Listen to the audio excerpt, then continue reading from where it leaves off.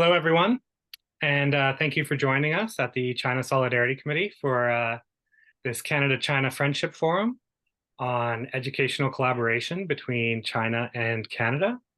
My name is Edward Bryan, and it's my honor to welcome you all to this forum as we gather here to engage with presentations on a topic that is of importance to many of our lives.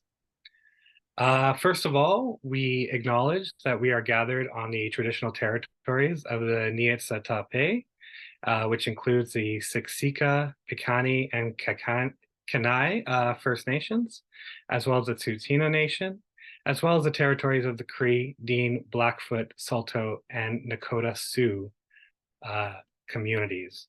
We honor and respect the Indigenous people who have cared for and nurtured this land for generations, and we are committed to working towards real reconciliation and call on all Canadians to recognize the genocide and continued occupations of these communities.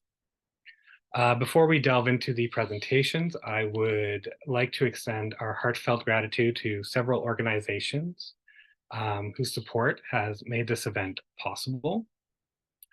Thank you to the Peace Councils of Edmonton and Calgary, who have long been champions of dialogue and cooperation.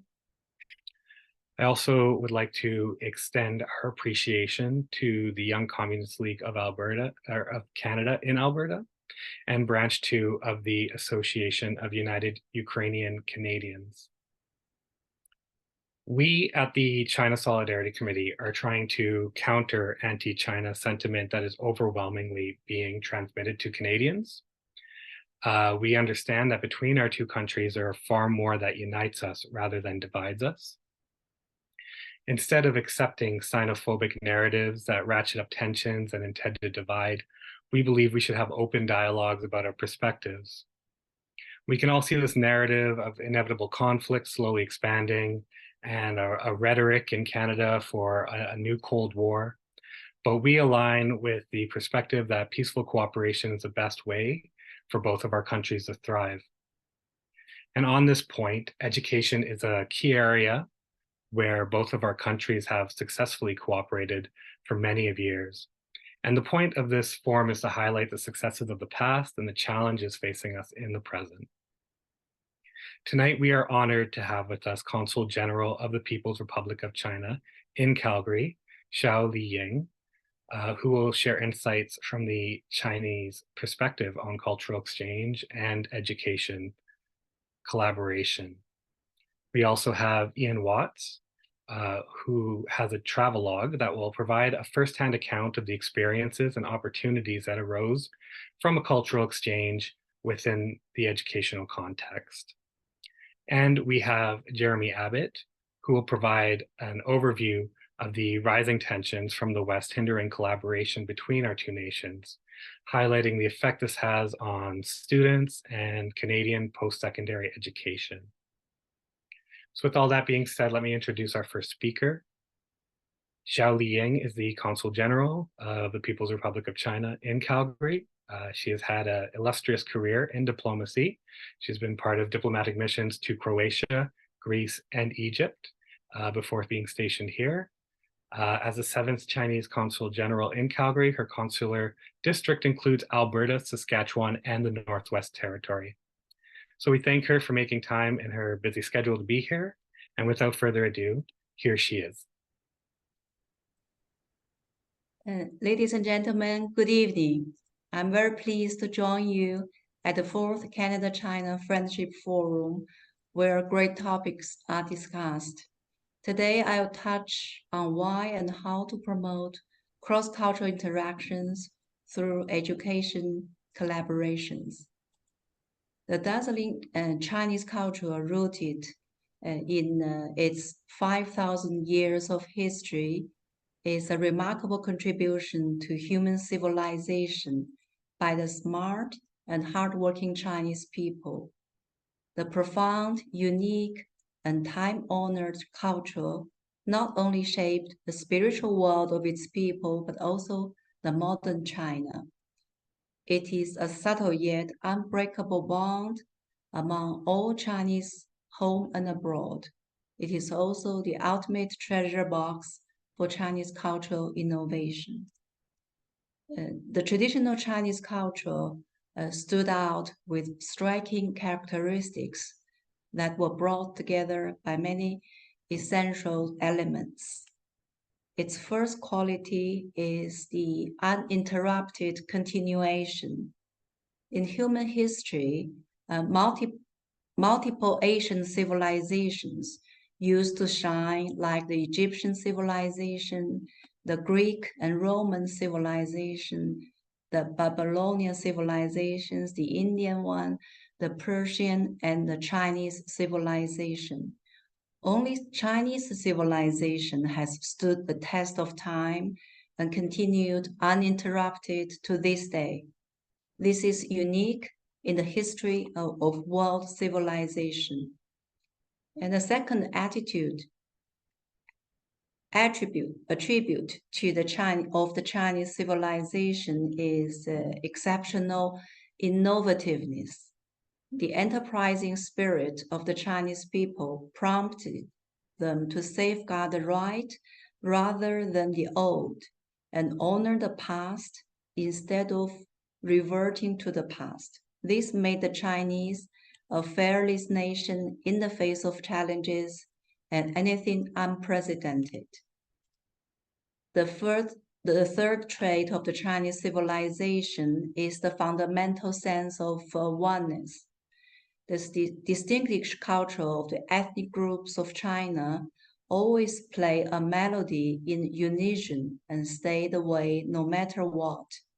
This underpinned a common belief that our land cannot be divided, our governments cannot be disrupted, our people cannot be dispersed, and our civilization cannot be shattered.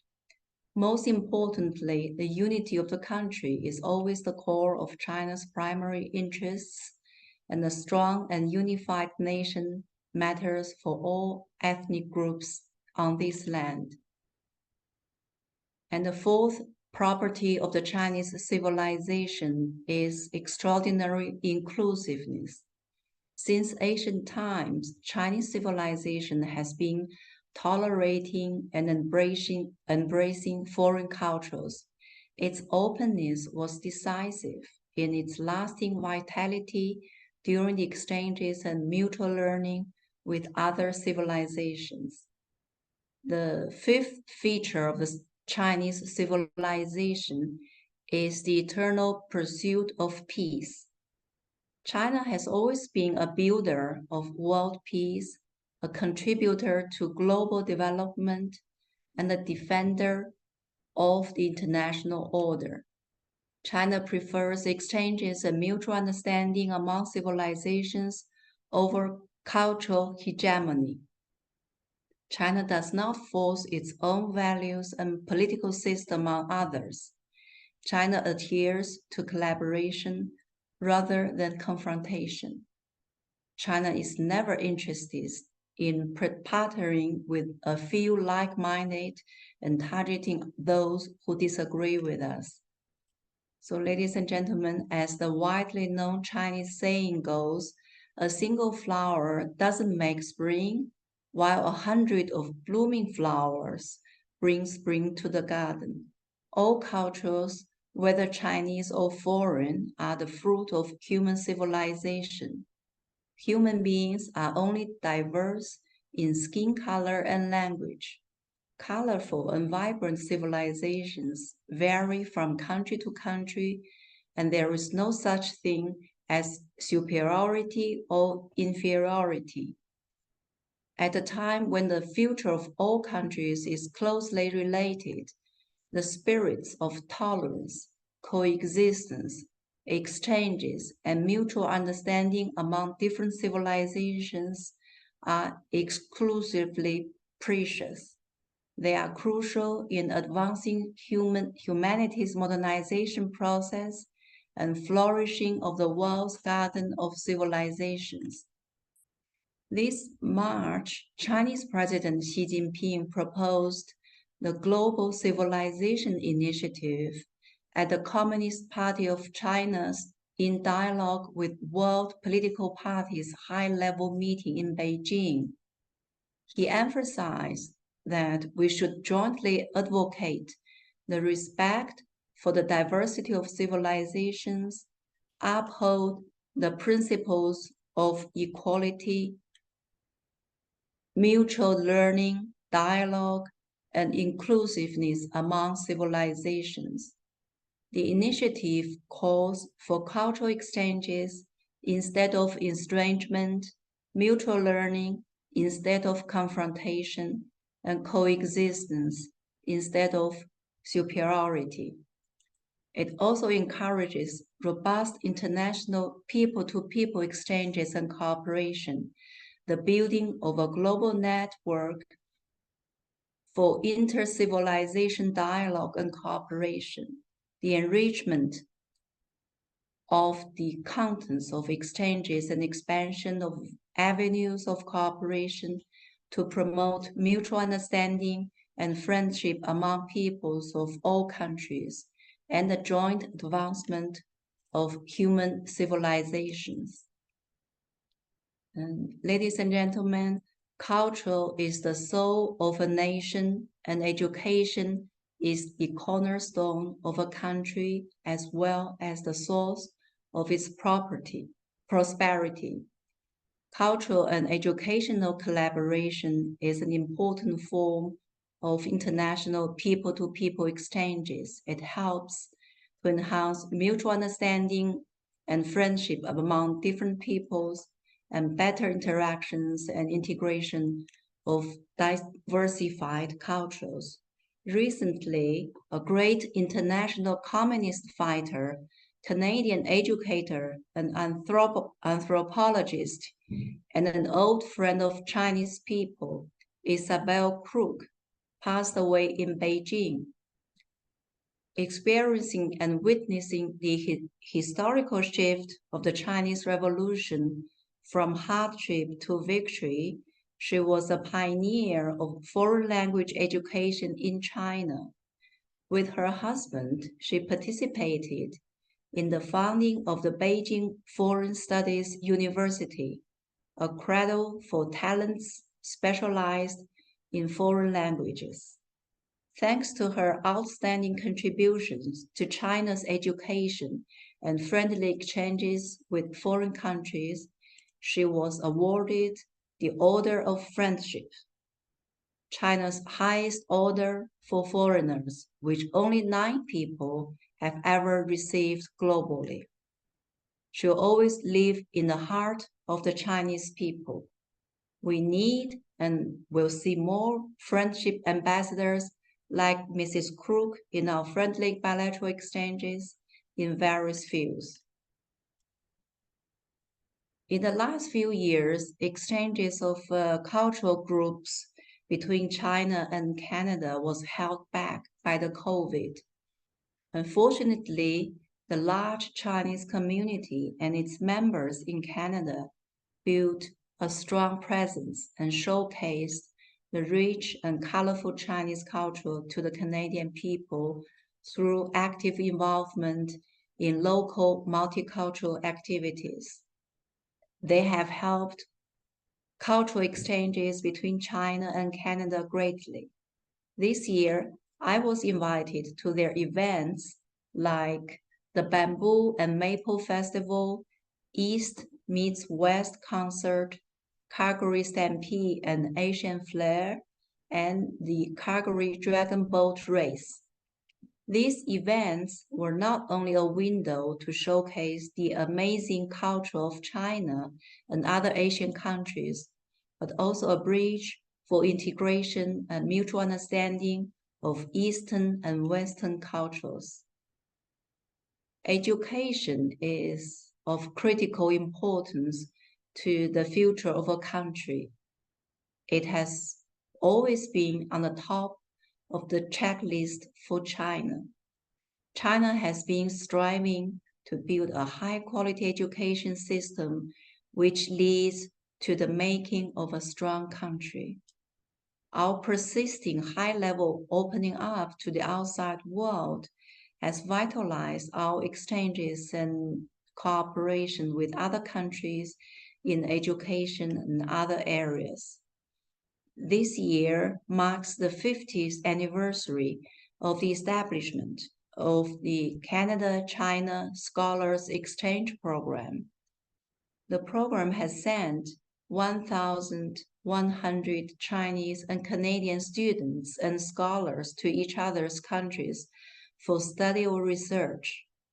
These participants have made, I'm sure they will make, positive contributions to our bilateral exchanges and cooperation in many fields like trade and economy, education, culture, science, and technology. Universities in our consular district have seen good results in joint schooling, scientific research, and personnel exchanges as a result of their efforts in educational exchanges and partnerships with China. The University of Alberta, for example, is the earliest university in Canada to carry out the most extensive exchanges and cooperation with China.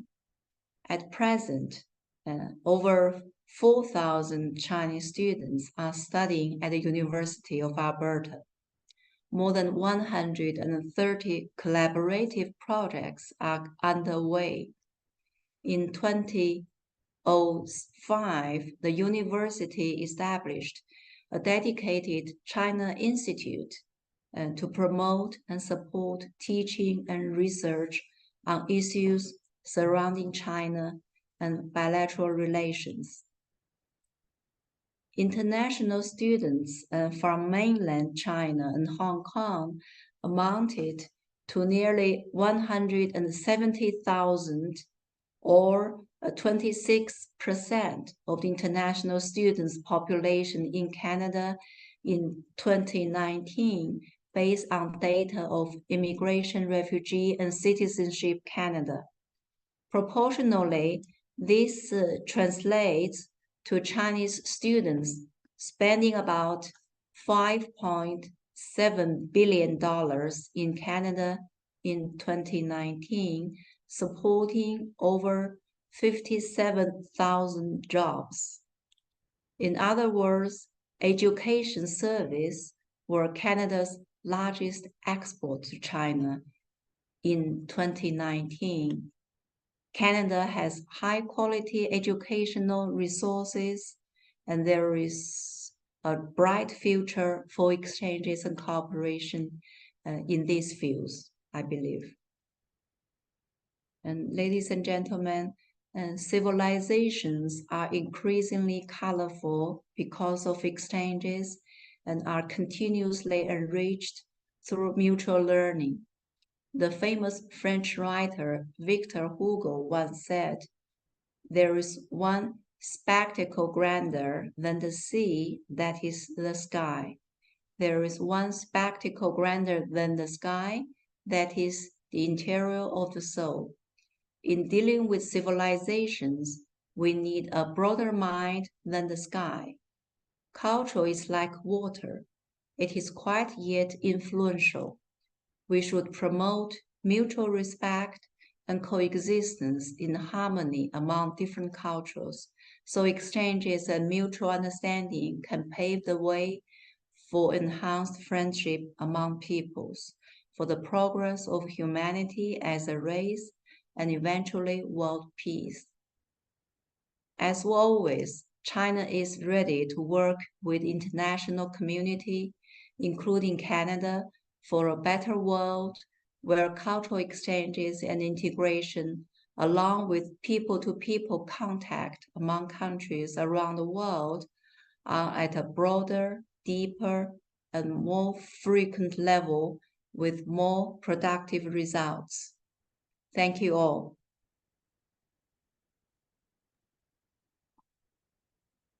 Thank you, Ms. Zhao.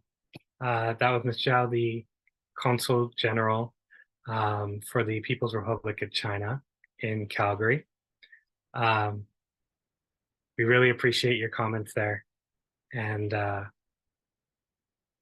next up, we have the outreach coordinator of the China Solidarity Committee, Ian Watts. Ian was a computer science major in the University of Alberta. He now works for a startup in the healthcare space, utilizing his skills that he learned as a computer science major. He is just going to give us a travelogue of his experiences in exchanging, traveling to China and the cultural exchange and what that brought to his perspective. And yeah, so go ahead, Ian. All right, thank you.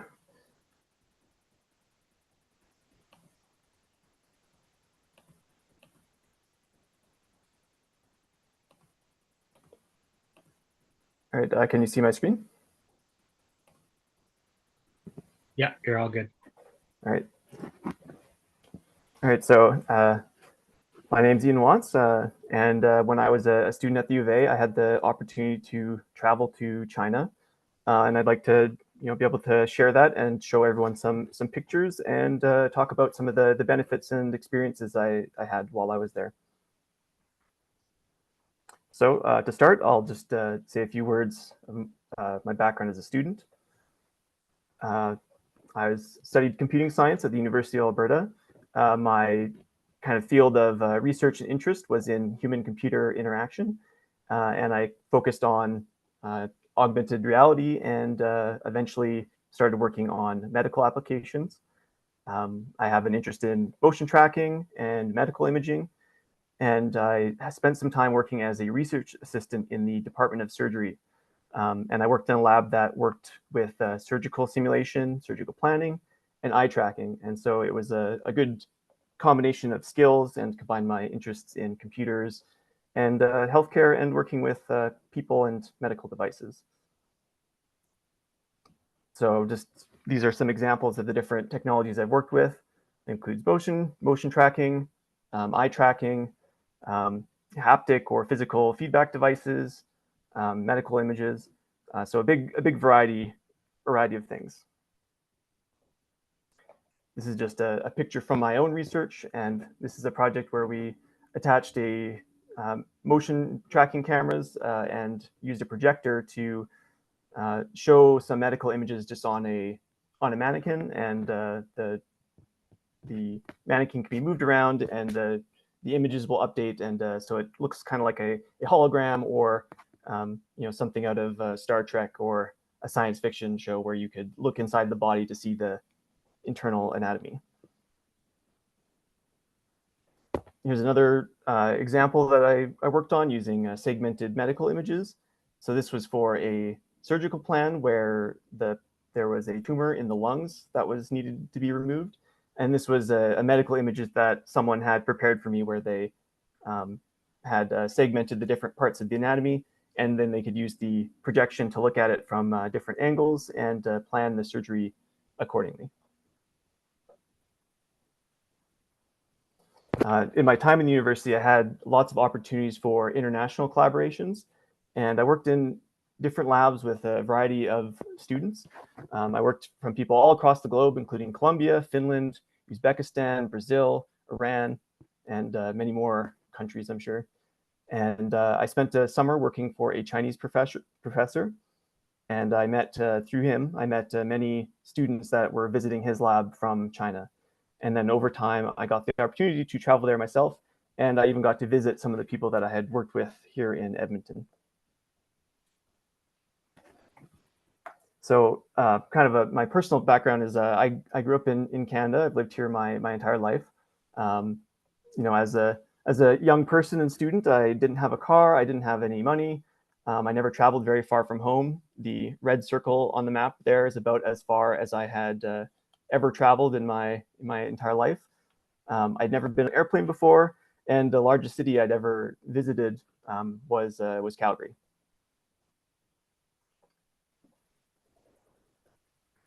And so the process for traveling as a student usually involves applying for grants or research scholarships or exchange programs. And so I used those to get funding for my trip. through the China Institute and MITAX. And usually those will involve a process where you write a proposal with a professor at your home university and then a host sponsor from your destination country. There's opportunities to travel to lots of different countries, but mine happened to be for China. And then once you have your application and if it gets accepted, you book the trip, you apply for your visa, and you receive an invitation letter, and then you get reimbursed for your trip. I think traveling is very important for students.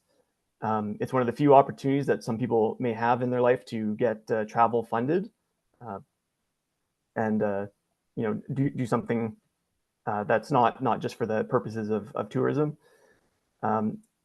For students, you may end up going to a place you never would have went through your own volition, so it can expose you to lots of new experiences that you would not experience if you just out of your own volition, you'd need something to incentivize you to do it.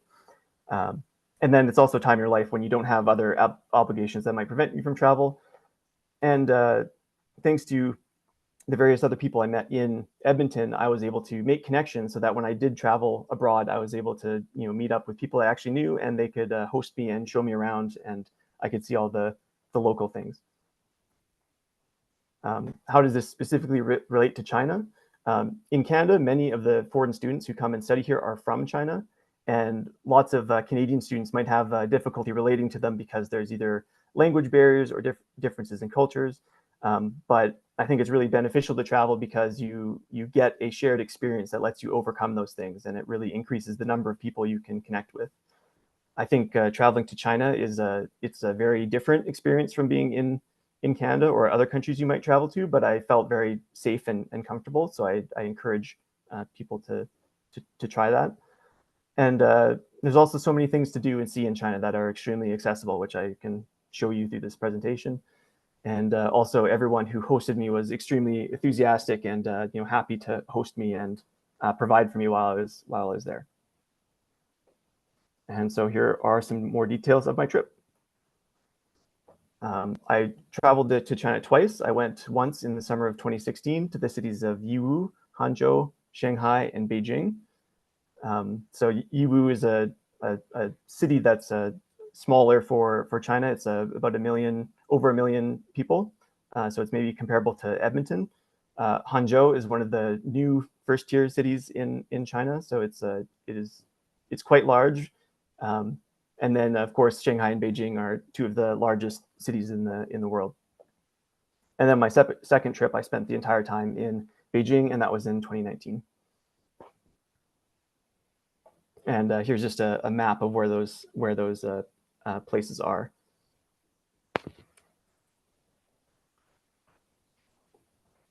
And Yiwu does not have a label on the map, but it is just to the south of Hangzhou. This is me when I arrived. So this is at the 4th Affiliated Hospital in Zhejiang University School of Medicine. So this was in 2016, and this was a relatively new hospital. And so I stayed there for the majority of the trip. I was able to stay in the residences at the hospital while I worked on my projects. While I was at the hospital, I was able to observe several different surgeries. And so that's me in the operating room, observing one of my colleagues that I was working with perform an operation. This was on my second trip in 2019. And this was where I was helping some of the students there set up some different equipment for one of the projects we were working on. So I spent a lot of time collaborating with various medical students, doctors, and surgeons on different projects. The first project I was working on was using projectors and motion tracking cameras in a test operating room.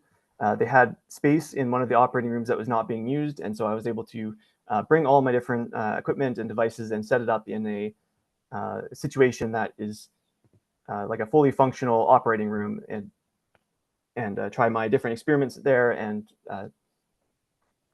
also have different surgeons come in and look at things and use the different equipment. I was also able to create and print 3D models created from the medical images that the surgeons were working with. So those are various different parts of the body, including the liver and the aorta, and some various other parts. So the picture on the left is just me working with a 3D model on the computer, and then the pictures on the right are of the actual 3D printed models that we made. I was also able to spend a lot of time consulting with the surgeons themselves and kind of get their thoughts and different projects and ideas for how they could use different technologies in the operating room. And so I would have lunch or observe the surgeries or just talk to them about different procedures and things I was doing. And I could use that in my own research and kind of inform the direction of it with that. Another project I worked on in the 2019 trip was doing ear reconstruction. So the hospital I visited in that trip was a plastic surgery hospital. And this project was to use 3D models of the ear that had been taken for captured of a patient, where they had one healthy ear. And then in this case, it was children that were born with either a missing or deformed ear. And they would perform a surgery where they would use a chunk of cartilage from the child's rib cage, and then basically carve a framework from that, and then use the skin from the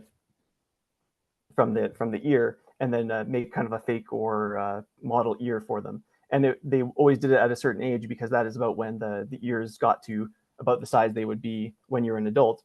And so we were trying to come up with plans to guide and improve that surgery using some of the technology.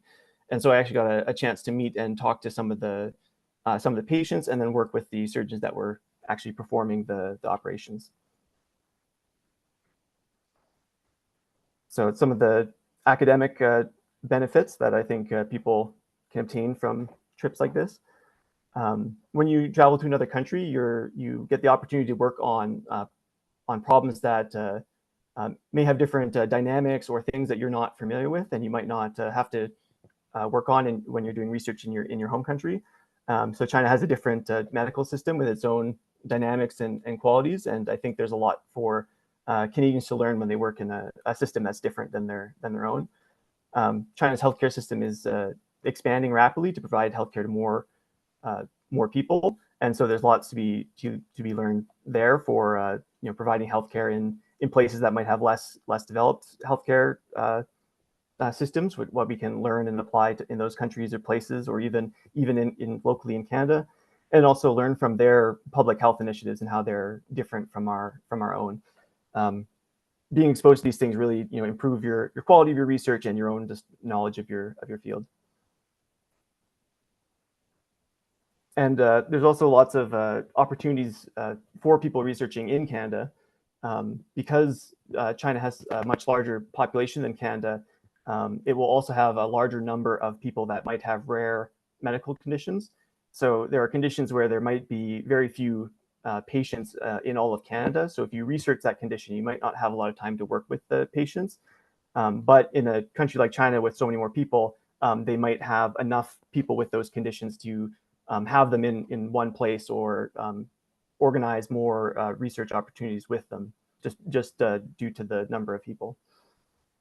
China also has a rapidly developing healthcare system, and so there's a lot of new hospitals, medical equipment, and staff, and academics and students who are all looking for collaborations, and they have ample resources to collaborate and support the research. So like when I was in Canada, I did not get to spend very much time with my research in an operating room, but I was able to do that when I traveled to China, because it was available in the new hospital they had been building there. I was also able to visit the campuses of some of China's and now the world's top universities. That includes Peking University in Beijing, Tsinghua University in Beijing, and Zhejiang University in Hangzhou. So I was able to visit the campuses and meet with various researchers from those institutions. The campuses of these universities are very beautiful, and they're tourist locations in China as well, where people will bring their children there to try and encourage them to apply and attend these top institutions and universities. And I was lucky enough to be able to get onto campus because I was visiting with a professor who was able to get me. And normally people have to be students or working there in order to get access. And so this is just the kind of a famous old gate that at Peking University.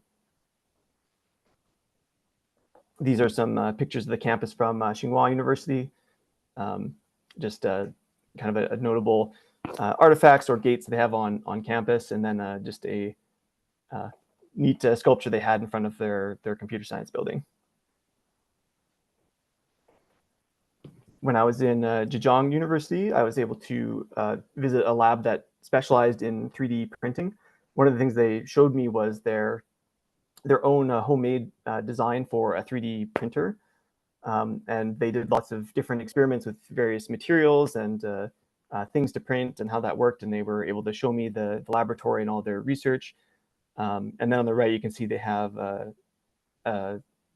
many of these printers available for students for working on different projects.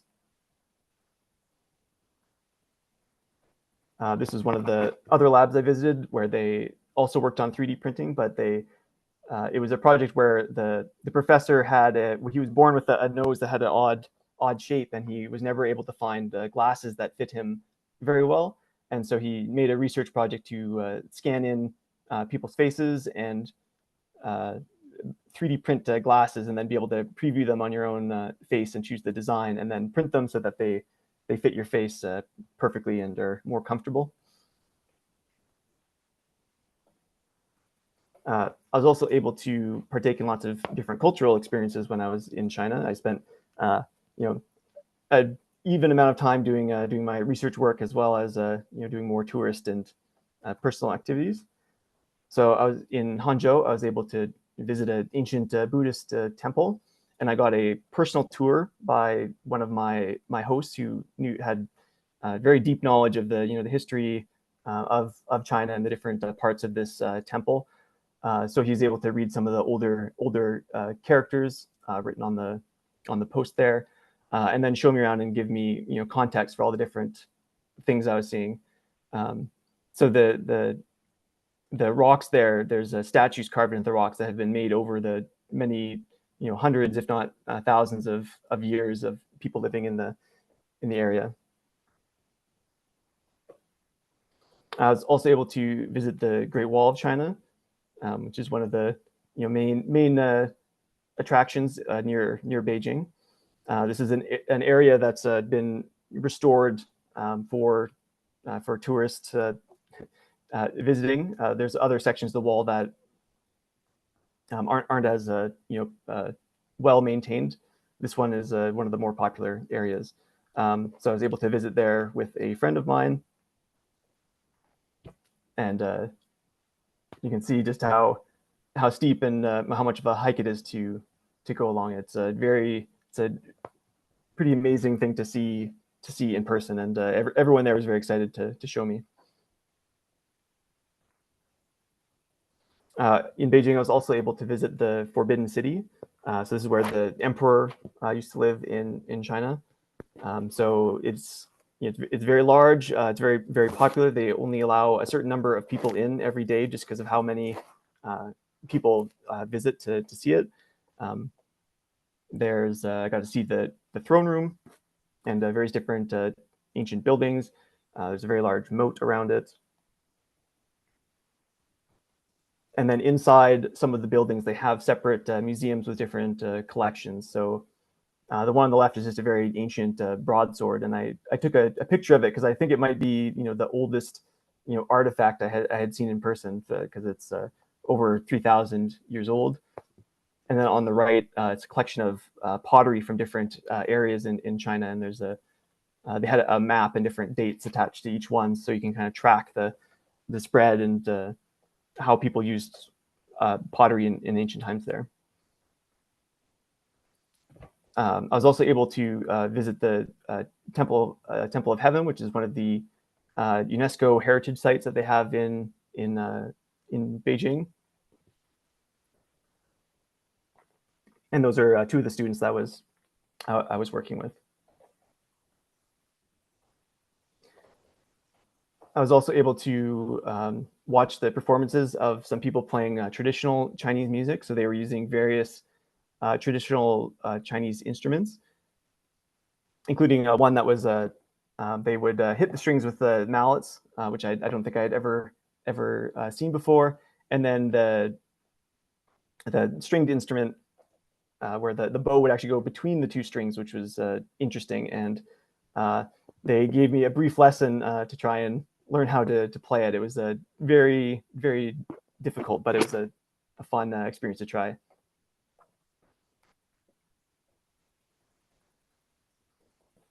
I was also able to try a huge collection of different foods that I had never experienced before.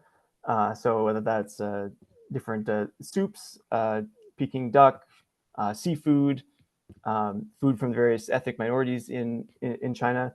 I probably took hundreds of pictures of food, and it really inspired me to seek out more authentic Chinese food here in Edmonton. And so that's I can't. It's very rewarding to try all these different foods and really taste something you've never tasted before. I was also able to visit the National Museum of China and their exhibit on ancient China. And so this is just more ancient artifacts kind of covering the whole history of China. And now I just have a kind of a collection of other notable things that I experienced while I was there. So this was the international market in Yiwu. This was particularly interesting because it's kind of a center of international trade, and it's a very large six buildings, multiple stories high, that stretch out as far as I can see. And each of these are little storefronts where factories that make all the different products that you find sold in stores in Canada and around the world, where they sell directly to the companies in Canada that might sell the goods. So like various plastic things or shoes or clothing. There's all the products that we buy here. Many of them are made in China, and this is kind of where that the trading and purchasing of those things go. So you could walk into a shoe store and see all the different shoes they have on display that are just unbranded shoes that might end up being a Nike or Adidas or other popular brand. They might have one of those shoes someday. And then on the right, I thought it was interesting where I found the Canadian import store, and I was curious what they were selling there, and it turned out to mostly be canola oil because it's very popular in Chinese cooking. I also had some interesting experiences with the language. The picture on the right is just one I took when I was extremely frustrated trying to do my laundry, and I couldn't read any of the buttons on the machine. And so I had to try and find the translations for it just so I could do something as simple as wash my clothes. And it gave me a lot of sympathy for when people visit Canada and might not have the best command of English. It gave me a lot of sympathy kind of going through an experience that they might have here. And then on the other ones, I just have some unusual food translations, and then also a well-meaning but poorly worded warning I had in the shower. I was also able to partake in various sporting activities while I was there. I played table tennis, as a child, but it was interesting going there and seeing how there was tables in most of the buildings I was in, and so I got to play with various different people I was there, including the director of the hospital. He came and played table tennis with me, but I didn't actually know who it was at the time. And then I also got to play in a local soccer match.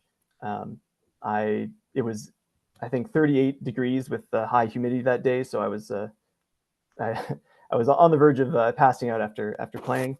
And then just on the TV back in my room, I saw some curling replays that I think they were showing from the Olympics. But it was interesting seeing a very Canadian sport being on the TV in China.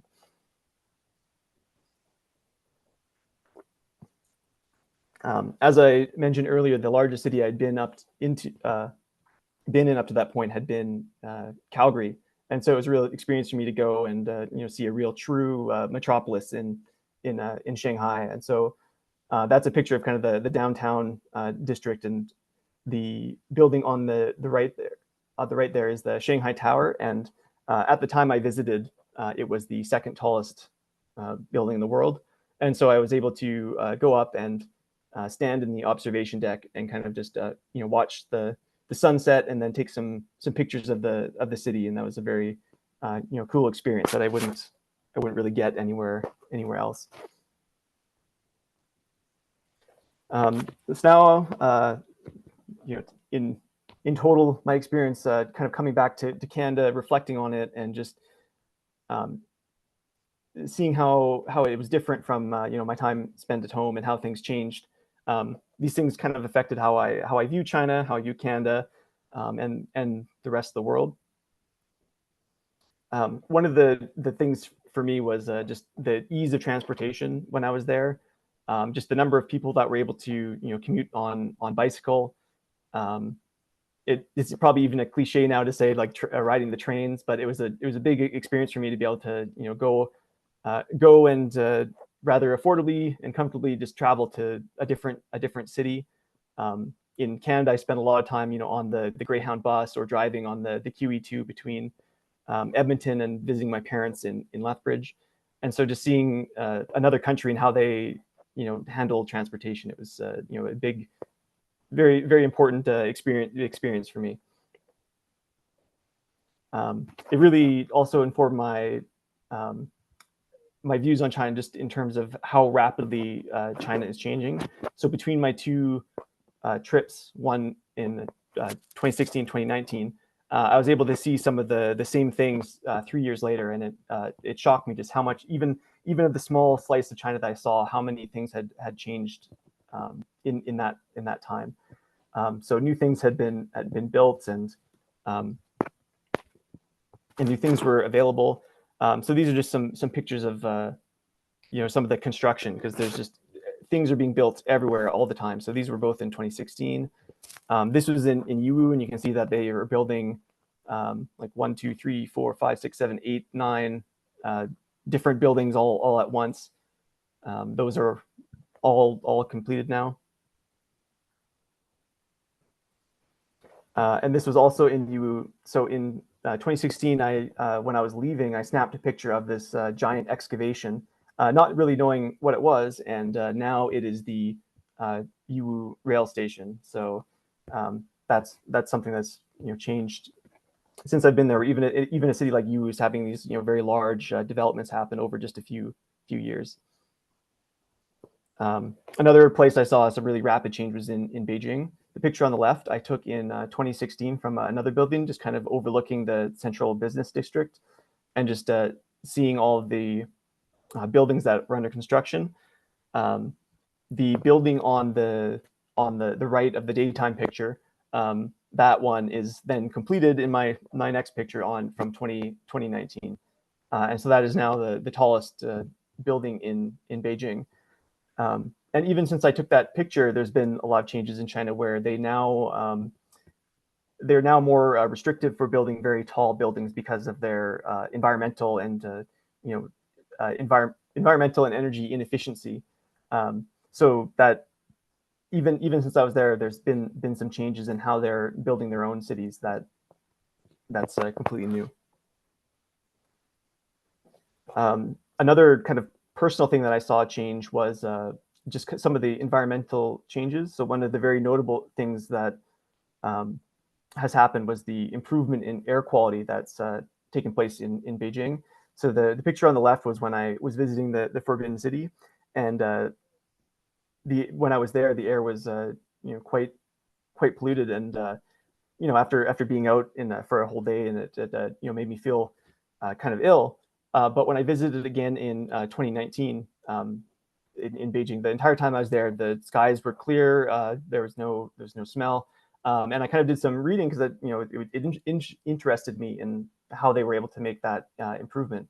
And so there was various things showing the different policies and changes that they've made to improve their air quality. And so you can see on the right, I have like a graph, and that just shows the average pollution levels in Beijing from 2012 to 2022. You can see how much it's improved. And I think that had additional impact for me in Canada because of the various things that we've had affecting our own air quality, like the wildfires.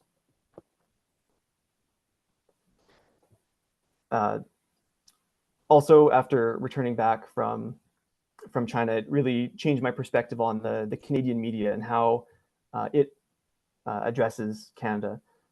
So I became much more aware of kind of these trends where there's all this speculation about the downfall of China or making China sound like a threat. And I never paid attention to those things before I went to China. But after going there and then returning, I started watching the news and seeing these things more and more. And then I realized that there's very little positive coverage about China in the Canadian media. Like most of the things I saw and experienced, that a lot of people may not know about them or have seen them before. Whereas everyone sees all these things about the threat or things that might be going on that are bad. I also found that sources for articles on China in Canada, they often use think tanks or various groups that kind of have a predefined or anti-China perspective. So when they need someone to interview or an expert on various stories, the people they end up finding kind of have a anti-China position. They don't spend a lot of time looking for anyone who might have a different perspective. And then also just over time, I've kind of grown to realize that there's a lot of very poor translation and localization work when it comes to reporting on things in the Chinese language, where there's not a lot of due diligence, to make sure that the things like idioms or figures of speech are translated accurately and given their proper context. And I kind of became more aware of that by just following and talking to more people that are either bilingual or have better knowledge of what's happening in China. Another thing I was able to learn much more about while I was there was just the actual history of China and these different pieces of history that I was not very aware of, or I only knew vague things about. So things like the kind of the first Chinese Revolution that occurred in forming the Republic of China, and then also the founding of the People's Republic of China after that. So the picture on the right is just all the different flags that they were considering when they eventually chose their one they use now. And then also just China's role in World War II. I also did not know very much about that. And so that is a painting just showing the end of World War II and signing the surrender documents. I was also at the museum and different places see the lasting legacy of colonialism that I also really didn't know very much about. I may have heard various things about the Opium War, but I didn't know any of the specifics. And so the picture on the right is it's called the Old Summer Palace, and this was destroyed in the Second Opium War by the British. And they destroyed the palace, and there's stories of people being burned or killed in the process, and just now it's a park that is kind of used to memorialize what happened there. And so I was able to visit that and see these things that are very present in people's minds in China, but in Canada I had very little or no knowledge of these things before visiting. This was a kind of an interesting story that I came across where people have gone through efforts to kind of reclaim some of the various historical artifacts from the that period of colonialism. And so these stone fish here, they were from the Old Summer Palace, and after it was sacked, it got moved. They got taken to various different places around the world, and there's people now who actually go and try and reclaim them and bring them back. And so the picture in the top right, that's actually one of the fish that was brought back to the Peking University campus, and it was put in the in the lake by a student, and it's kind of become a symbol for the university. And then the picture on the left is just from a story of someone who is actually going around and trying to find these different artifacts and bring them back. These are just various documents and images that I saw while I was in the museum, and it's really informed me just like on the the conditions and the things that led to all these events in China. People might know about the Chinese Revolution or things like that, but they might not know why or the circumstances that led or interacted with those things. And so just seeing the historical documents and things from the time really informed my perspective on that. And so finally, I kind of want to conclude just what do these changes or the relationship between Canada and China, like how does that actually affect things? And so both of my trips happened during times of increasing tensions. In 2016, I traveled during the Trump presidency, and a big part of that was this kind of escalating trade war with China. That didn't really affect me personally, but it is something that, as a more broad factor, does affect how countries relate to each other and what sort of deals or opportunities they might have. So maybe I could still travel as a student, but maybe will be less people traveling and interacting for business. And it's also just something that prevents cooperative arrangements. And then when I went in 2019, this was right after the Meng Wanzhou and the two Michaels situation, which has now been resolved. But at the time, there was a lot of people in Canada that told me that they were worried that if I went to China, there would be I would be detained or questioned, or there was some sort of animosity there. But in my experience, there was nothing like that. I was able to pass freely. People were respectful. I didn't receive any negativity at all. But it is something that really damaged the relationship between Canada and China. And so that was the backdrop of my travels. And so it made me sad that there was these things going on that cast a shadow on what was a really great trip for me. And then when I returned home in 2019, the year later in 2020 was the start of the COVID pandemic. And when that started, it really, there was a real large increase in hostility against both the Chinese government and the Chinese people. The pictures I took on the right were just ones that I had snapped in Edmonton while that was going on. That should have been a time where the world was coming together to cooperate, but instead, because there was this hostility, it resulted in a lack of cooperation that really affects people. And then also there's just from looking at different research and the media and things that have been going on and listening to people, there's been a huge increase in the amount of racism, hate crimes, suspicion, investigation on Chinese people living in Canada, and that hasn't really gotten better. It has gotten worse, and so that is something that is should be fought against, because it really does affect Chinese people visiting, Chinese Canadians, people visiting from China, people who aren't even Chinese but might be Asian but still affected by anti-Asian hate. These are all very serious things that people need to fight against and take seriously. It's also had a very negative effect on academic collaboration. There's when these tensions occur, there's less students traveling between the countries and less opportunities. There's Chinese academics in both Canada and the US that have been investigated and may have lost their their careers or research positions, basically due to accusations that they're doing something suspicious, or they're stealing research, or these different mostly unfounded accusations. And so that's something that Jeremy will talk about later on. But we can see that Alberta has been reviewing these partnerships with China and current projects.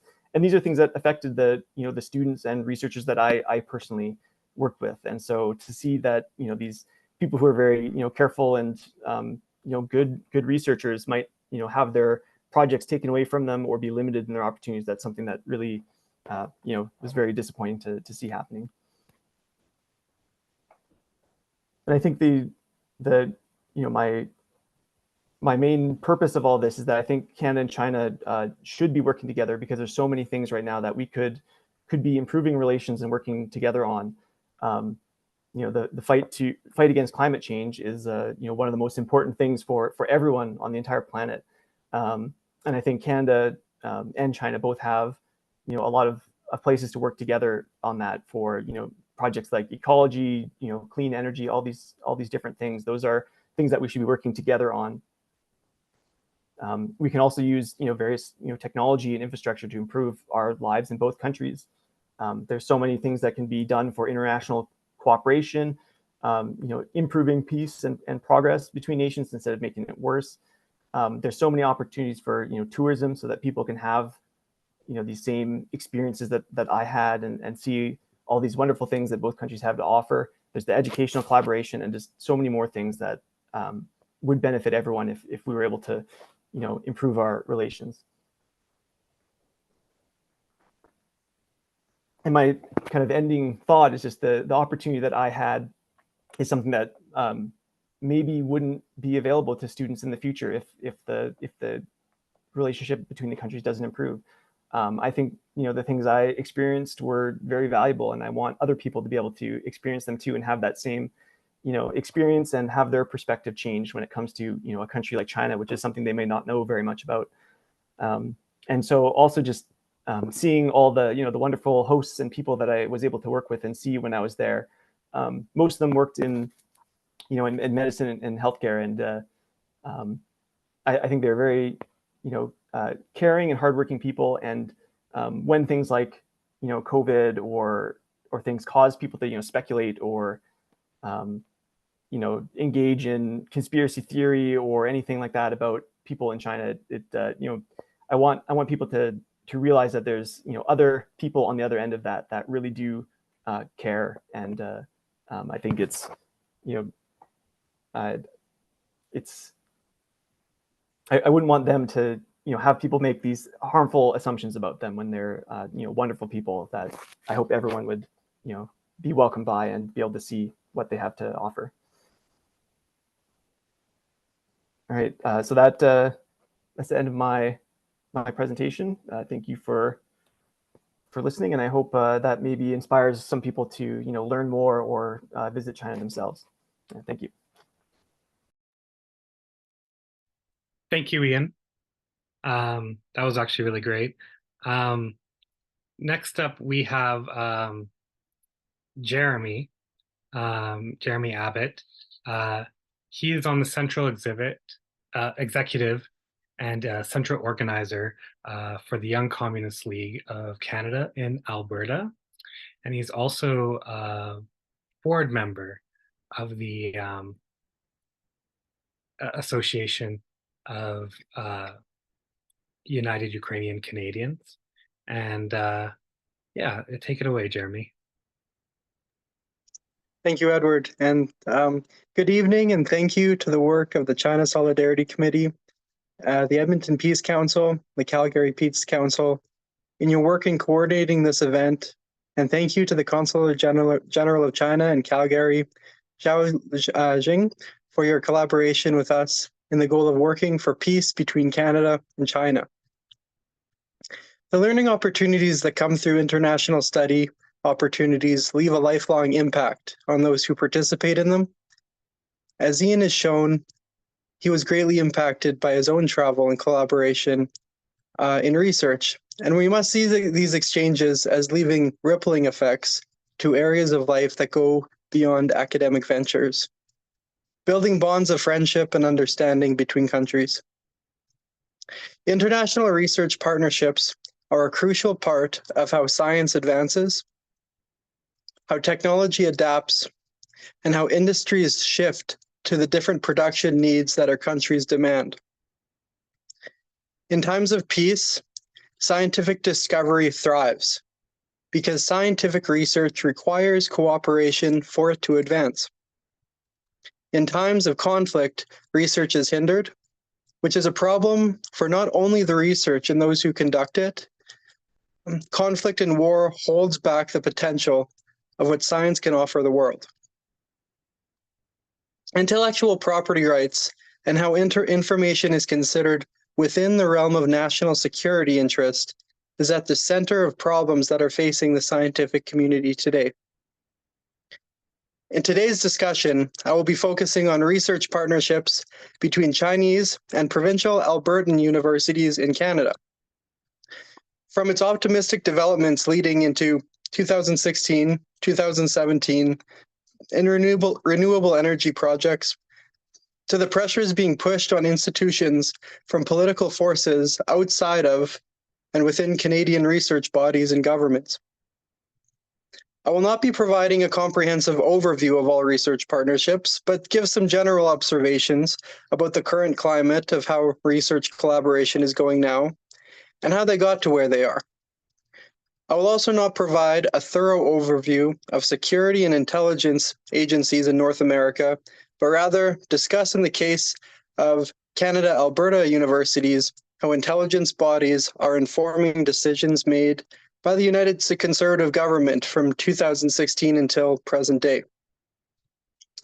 My interest in this topic is out of my own and the Young Communist League of Canada's interest in pursuing peace for workers and students around the world. We need peace for conditions to improve. Without peace, people needlessly suffer, and this is why the struggle to access education is tied to the struggle for peace between nations and resistance to imperialism globally. I am not a researcher, and I am not a scientist, but I am interested in public participation and access into scientific and academic discoveries. And under this perspective, I am approaching this presentation along with the belief that education should be free and accessible to all who need it, regardless of migration status, class, or background.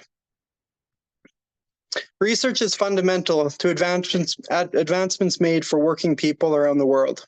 It impacts job security, trade between countries, and gives opportunities for people to learn about other cultures and experience different worldviews. For the benefits of public and international research projects, before we can ever develop meaningful and long-lasting collaboration, peace and cooperation needs to be the underlying value we approach these projects with. The Canadian Security Intelligence Service states, in the knowledge-based economy, the most valuable national economic and security assets are intellectual property and data. I would like to suggest that the greatest national security threat to Canada is the threat of ecological collapse and war. Both would bring devastation for people in Canada and in the world. And we need to understand how Canada has taken the position that it has with China before we try to unravel how to challenge a series of attacks Canada has made against real partnerships between nations. That relies on suspicion, which has been encroaching hostility within the academic community. As China advances in its leadership in science, especially in the development of green technology, Canadian institutions should not hold themselves back, but rather partner with global efforts to improve conditions through science, which ultimately requires peace around the world, as we face both ecological and economic uncertainty. For cooperation within academic research and inquiry, different countries must have a peace as a guiding principle in foreign policy. This is the underlying importance of our struggle for peace in Canada within its own borders and its involvement with other countries around the world. So to start with, I want to talk about the story of how academic partnerships have advanced, developed, and have been hindered by Canadian foreign policy in recent years. So in 2017, the University of Alberta, Southern Alberta Institute of Technology, and Northern Alberta Institute of Technology signed a number of partnerships as part of an Alberta delegation sent to China in partnership with the Consortium for North American Higher Education Collaboration. The connection of these partnerships were in line with the direction that the Alberta government was taking at the time, initiated in 2016 to invest in renewable energy projects, and China was eager to do so, to further partnerships with Canadian research and industry.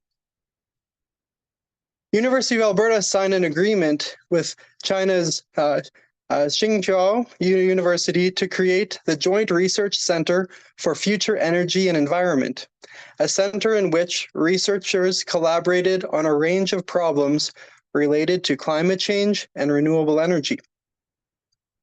The Northern Alberta Institute of Technology, the Southern Institute of Technology, and BYD Company Limited also signed a letter of intent that aimed to create a world-class certified training course for servicing heavy-duty electric vehicles.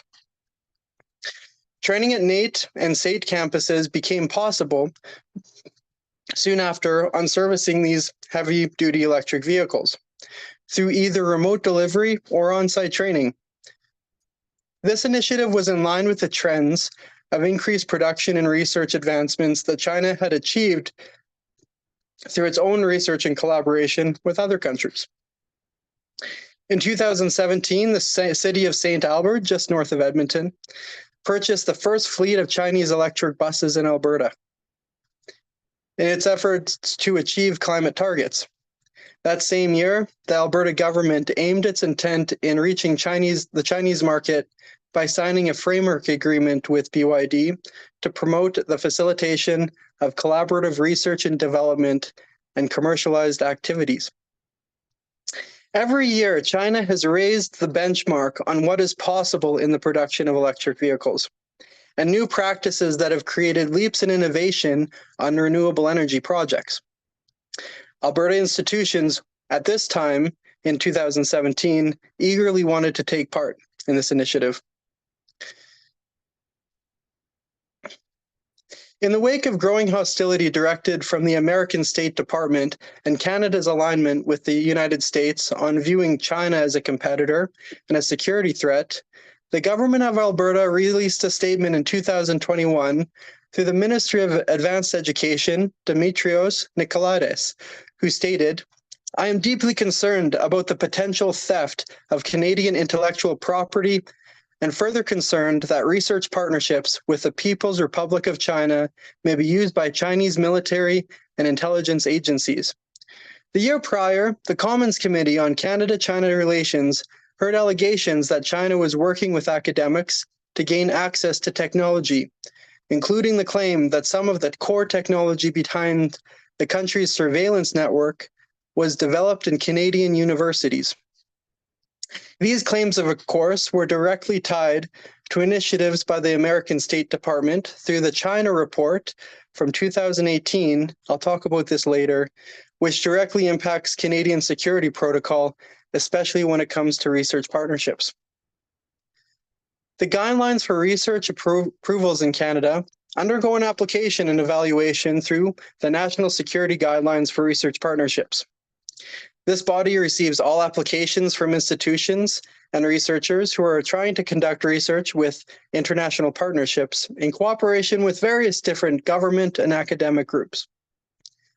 The mandate of this body are as follows: to integrate national security considerations into the development, evaluation, and funding research partnerships. The guidelines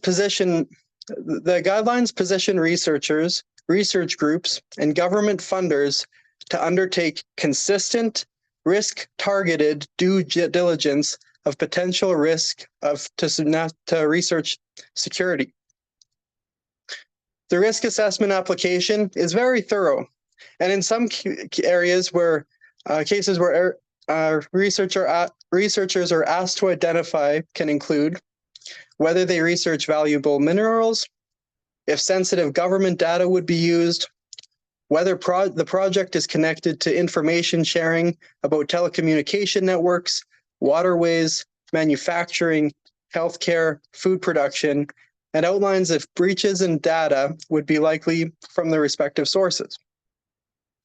The risk assessment form is not unusual, as its purpose is to protect personal sensitive information, and information that would deal with national security issues. The issue that should be considered here isn't that there exists a risk assessment and security protocol, but that there is a problem with how security interests are being defined and how this pertains to open source data, how it is or is not made available, and who is allowed to participate in the research. Namely, as political tensions increase, so too do collaborations in research decrease.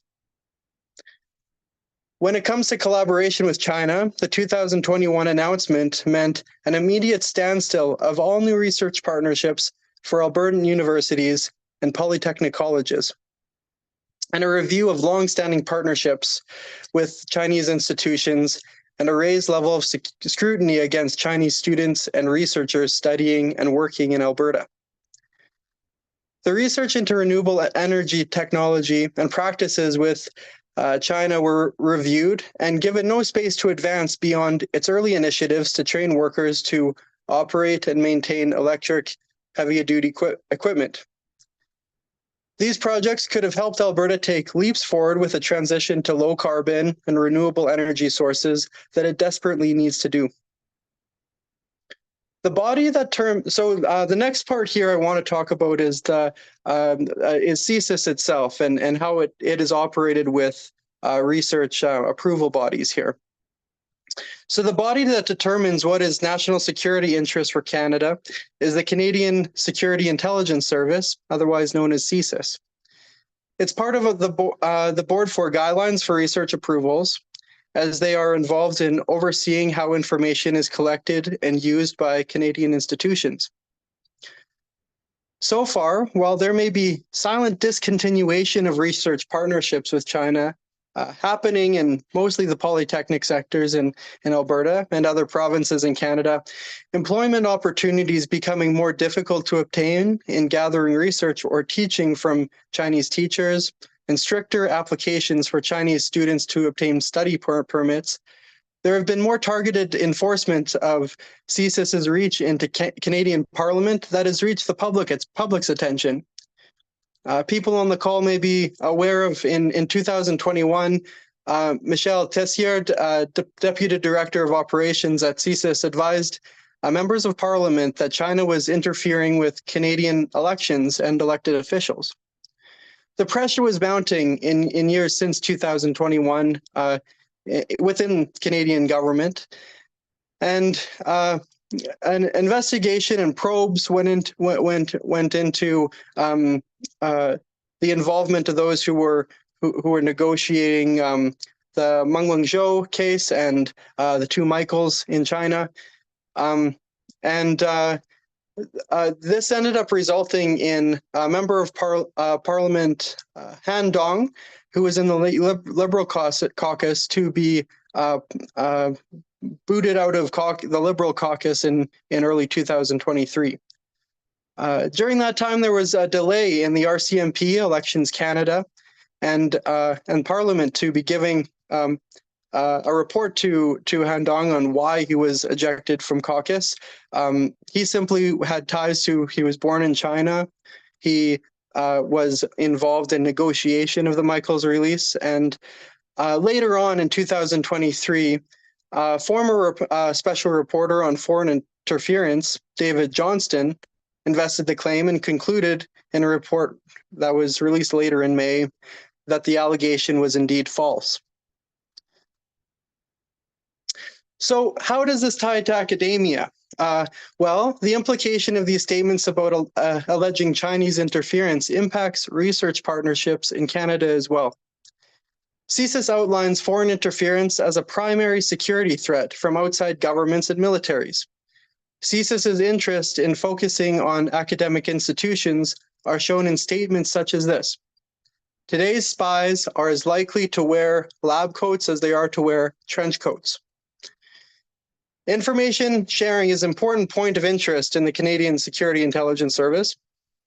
The risk posed to students who are studying at post-secondary universities or researchers trying to engage in transparent and ethical ways to keep the research open source are facing a challenge that their work could be audited at any moment And with the slightest contribution that in more positive environments, it might be viewed as an innovation in science.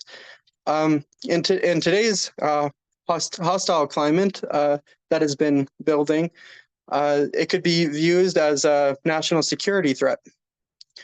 This concern is adeptly described in this statement by CSIS on the subject of safeguarding your research that's given to any researcher engaged in international research here. So research funding, language and cultural training, visiting students and professors, conferences and knowledge exchange opportunities, and state-sponsored industrial and technological espionage can all be used to support their, as a foreign government, military and commercial research development and acquisition. The report on safeguarding your research goes on to describe the advanced form of espionage being practiced today is happening through what they call non-traditional information collectors. These collectors, as CSIS describes, are as research partners, visiting students, faculty, and other staff. In the scientific community, these people would be considered peers. The environment that the security protocol of CSIS is building around scientists, researchers, and students in industry is hampering research as the political interests of Canadian foreign policy blurs with that of scientific values of openness, collaboration, innovation, causing teachers and students to keep watch behind their shoulder to find the spy or conspirator who, in CSIS's perspective, would take innovations away from Canada and give them away to other countries to be used against the security interests of Canada. Research censorship is connected to the diplomatic hostilities that are posed against China, which are keeping Canada back from real innovations in science,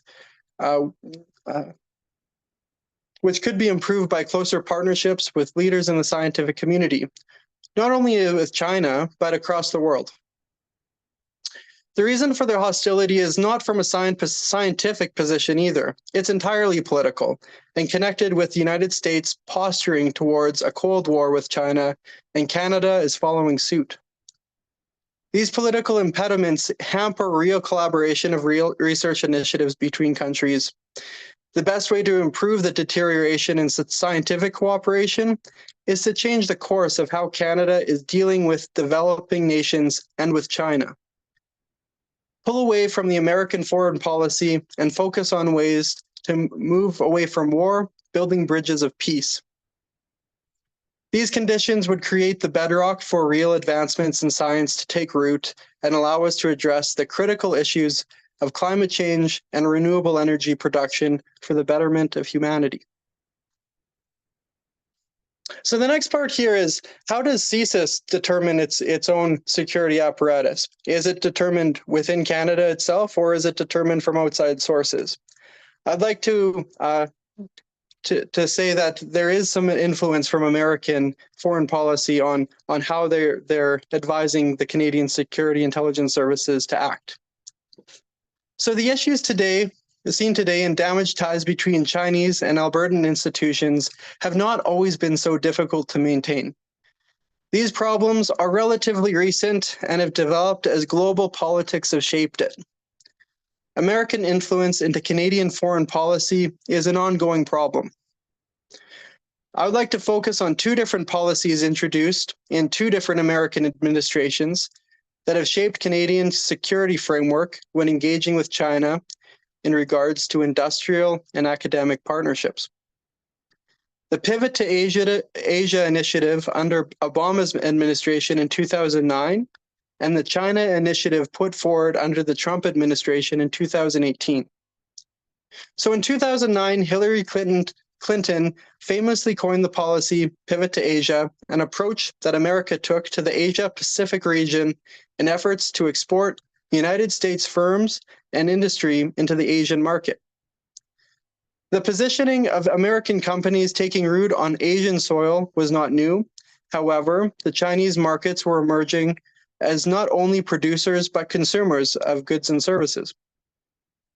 This had both economic and political impacts on foreign policy and attempts to extend influence in the Asia Pacific region by American firms and the American government.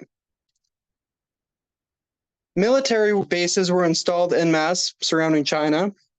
Technological advancements, especially in microchip production and telecommunication, became in lock competition between American and Chinese companies. Security policies tightened, especially in military communication, communication and information sharing. As a result, sweeping bans of Chinese companies such as Huawei took effect, even reached into Canada when the arrest of Meng Wanzhou was ordered by American intelligence as she was arrested at the Vancouver airport. Eventually, Meng Wanzhou was released after prolonged diplomatic negotiation, which resulted in deterioration of communication and even sanctions between Canada and China. From her arrest in 2018 through 2021, relations between Canada and China were at an all-time low and have continued to remain damaged. Meanwhile, in the academic community, tensions in America were growing as the American State Department, with academic research partnerships, became a lot more scrutinous to American-based research firms and how they were engaging with China. Professors, primarily within the polytechnic sectors, were getting arrested for financial ties to Chinese institutions. Some were professors in both American and Chinese universities and trade colleges. Others had research partnerships that received funding from China. In 2018, a report was released called the China Initiative, and under this report, recommendations were made to identify priority trade theft secrets.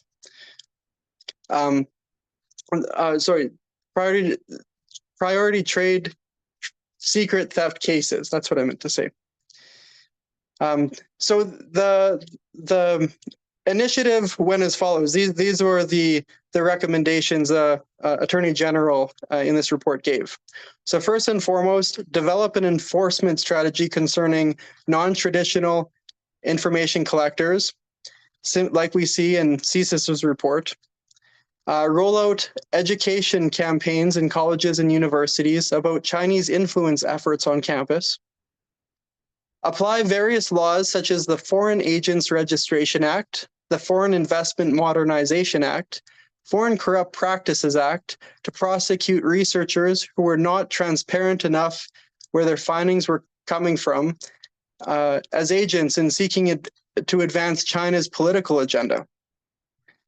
And finally, streamline prosecution to swiftly respond to probes and penalize businesses with Chinese ties to protect national assets and compete with China.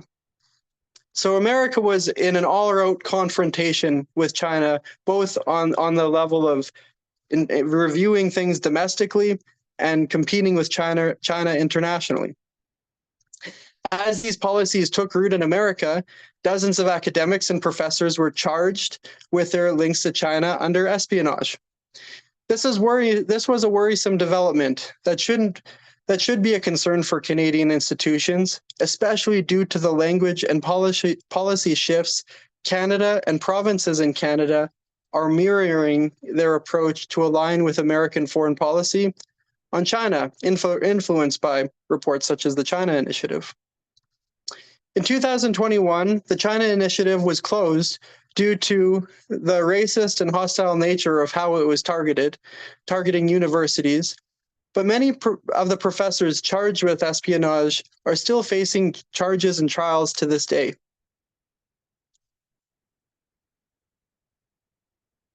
So to finish off my presentation, I would like to end with statements released by the Canadian Association of University Teachers, providing some hope in the direction of where research partnerships may be heading in Canada and in Alberta with China. In a report from September 2022 from the Canadian Association for University Teachers, they say, the Alberta government last month eased up on some of the restrictions it imposed on university partnerships with entities or individuals with links to the Chinese government. According to Sam Blackett, the research secretary to Alberta's Advanced Education Minister, Dimitrios Nikolaitis, the province's universities could resume agreements with China regarding undergraduate student mobility and transferability and corporate training opportunities, which are considered low risk to intellectual property and national security. But the province is still maintaining its 2021 freeze on collaboration with Chinese government institutions, including the military. The Confederation of Alberta Faculty Associations, CAFA, is opposed to the freeze of any non-military related collaboration with Chinese academics because it violates academic freedom and the right of scholars and graduate students to cooperate with Chinese academics. It seems apparent that the current provincial government zest to generate international security protocols has led them to limit genuine collaboration and educational exchange with academic colleagues in China, because based exclusively on country of origin and with no consideration of the actual nature and purpose of the research itself. This was a statement from John Doan, who is the president of CAFA. The report goes on to say, in the 2022 budget, the federal government committed $159.6 million over 5 years and $33.4 million ongoing to identify, assess, and mitigate potential risk to research security at Canadian post-secondary institutions. So the hostilities are still going on. There's still probes going into the research partnerships, and there's still hostilities being targeted to researchers that are trying to collaborate with China, but also students and teachers who have come to Canada based on have Chinese origin. According to the latest UNESCO science report, China is Canada's leading partner for scientific co-authorship after the United States. And more than half of Canada's scientific publications have foreign co-authors compared to a quarter on average for G20 countries. So this being said, if Canada and Canadian institutions were to crack down on research partnerships with China, we would be doing our students a disservice, as the quality of education would greatly decline and our ability to be world leaders in innovation, especially in green technology, would diminish incredibly. Although there have been some improvements since the turn against research collaboration in Alberta in 2021, there's much needed improvements in building relations with China and the wealth of research China and Canada can share. Research partnerships are linked to improving the standards of academic excellence and innovation in our universities, and students in both countries benefit from a mindset of cooperation rather than hostility. The level of cooperation is determined by conditions of peace between nations. This is the most important point of what I've been talking about today. The pursuit for peace benefits both countries, and we must work towards keeping Canada's foreign policy neutral and cooperative with China, not putting fuel on the fire of what Canada has tended towards in recent years. Thank you for hearing my presentation, and it was a privilege talking to you today. Take care. Thank you, Jeremy. So I won't keep anyone too much longer. I want to thank all of our speakers for the insights they gave. It was interesting perspectives on all around, and as we can see,